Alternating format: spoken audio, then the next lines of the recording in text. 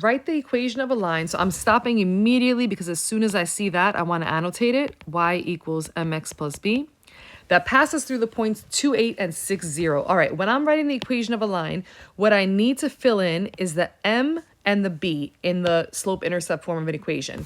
Now, I'm given 2 points as well, and I'm going to annotate those points. I know that every ordered pair has an x and a y, an x and a y.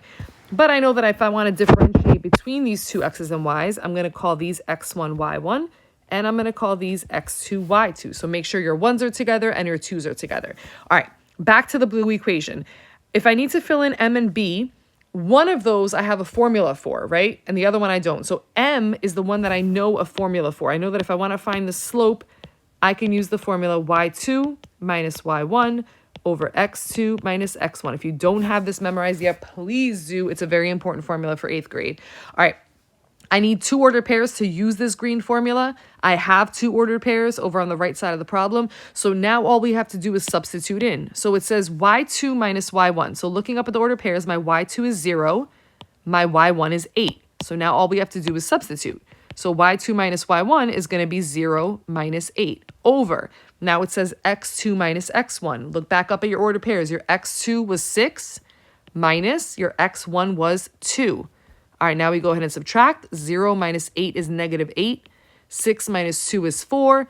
Now I divide so I could simplify completely. Negative 8 divided by 4 is negative 2. So I have found my m, or my slope. So I'm halfway there. I found a really important part of the problem. All right, I'm going to go back into this equation that I first wrote. And now, instead of writing m, I'm going to write negative 2. And as a matter of fact, before I move on, let me go to my answer choices and let me eliminate some that don't work. If my slope is negative 2 and the slope is the number before the x being multiplied by x, that means that this answer choice is out because the slope is 2. And this answer choice is out because the slope is 12. So those are wrong. And I'm already left down to just 2 answer choices.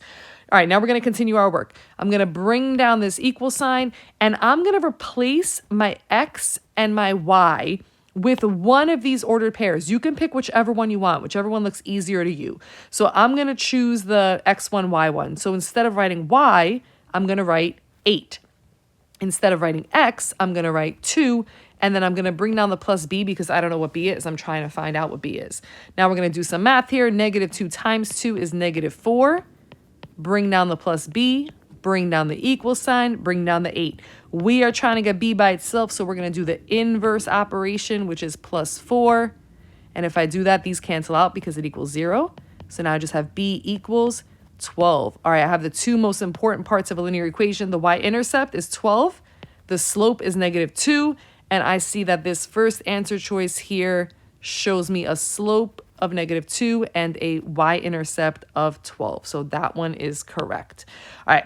If this process feels like it's really long and you might forget a step, you could have used the answer choices to help you out from the beginning. So I'm going to show you how to check it. So you can go through each answer choice.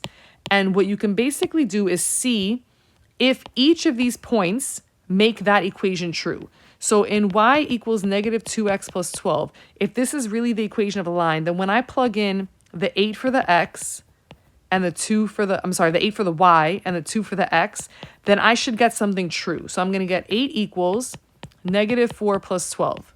Well, negative 4 plus 12 is 8, so I do get something true.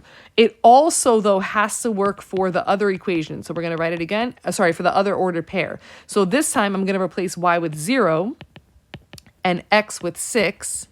Bring down that plus 12. Negative 2 times 6 is negative 12.